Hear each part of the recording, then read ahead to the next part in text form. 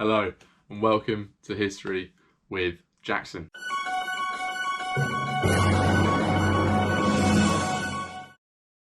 So today marks the start of a brand new series of videos. This new series we will be looking at popes throughout the ages. We'll be looking at where they came from, what they achieved and did during their papacy, and if they're a good pope or not. So I hope you enjoy this series that we got in store for you. Today we will be looking at one of my personal favourites, Innocent III. So who was Innocent III? Innocent III was born in 1160 into an Italian aristocratic family. His father was the Count of Segni and his uncle was Pope Clement III. His own nephew would later go on to be a pope as well. His family had a good strong grounding in the church, and you can see this because of his uncle. And Pope Innocent, or the Terrier at this point, went to go and study theology in Paris, and then later went on to study law in Bologna. So in 1198, Celestine III died. And on the very same day, Innocent III was elected by the Curia to be Pope. And he was elected unanimously by the rest of the cardinals. Innocent chose the name Innocent as a reference to Pope Innocent II, who attempted to establish papal primacy. Innocent III would later go on to establish the same theory. So what was Innocent III's papacy like? So Innocent III came to be regarded as the apogee of papal primacy. But how did we get to this point?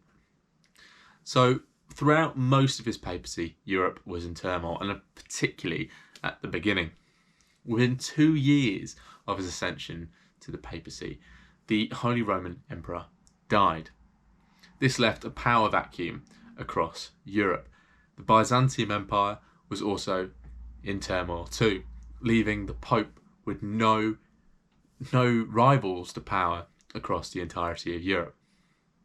France and England were also undergoing succession disputes after the death of Richard I.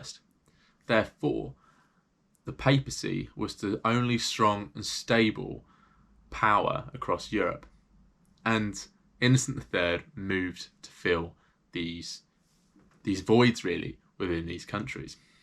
He managed to become regent for the Holy Roman Emperor. He managed to establish papal fiefdoms in several important European kingdoms, such as Aragon in England, and he managed to successfully strengthen Christendom in a time where Byzantium and the Orthodox Church was in turmoil. Innocent III also attempted to assert Christendom's authority over Europe and the Holy Land. One of these ways of asserting dominance was the Fourth Crusade. The Fourth Crusade was supposed to head to the Holy Land and liberate Jerusalem from the Muslims. However, it did everything but that. The Fourth Crusade did not have enough money to pay the Venetians to get to the Holy Land. Therefore, they sacked Zaza for the Venetians, ending up with an excommunication for both them and the Venetians, which would later be rescinded for the Crusaders.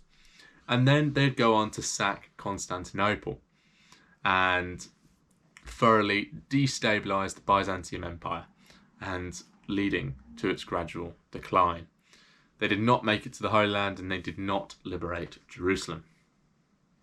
The Albigensian Crusade that we spoke about last week was also one of Innocent III's attempts to assert dominance over Europe and re-establish Christendom in the area. Pope Innocent III also paved the way for many monastic orders, specifically the Franciscans and the Dominicans.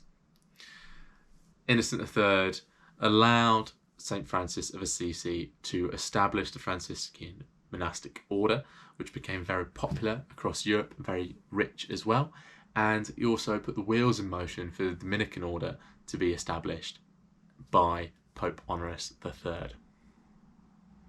Innocent III also set up the Fourth Lateran Council. The Fourth Lateran Council was one of the most important ecclesiastical councils of the medieval period. Some of the reforms set about and established at this council have been guiding principles for the Church since.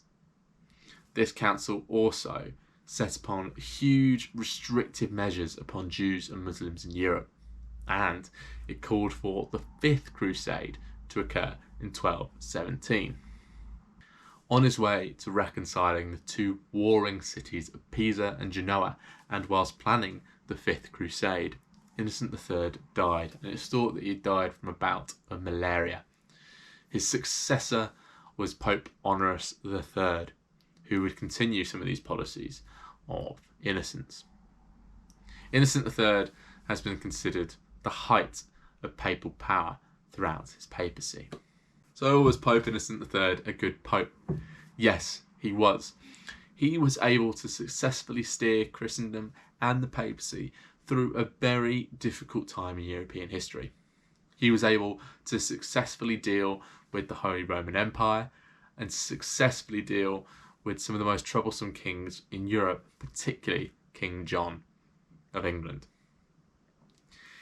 Whilst he did have some bad points, which is committing genocide in the south of France and losing control of the Fourth Crusade, which set in motion or firmly solidified the East-West divide in Christianity, and him being deeply anti-Semitic, he was still a good pope.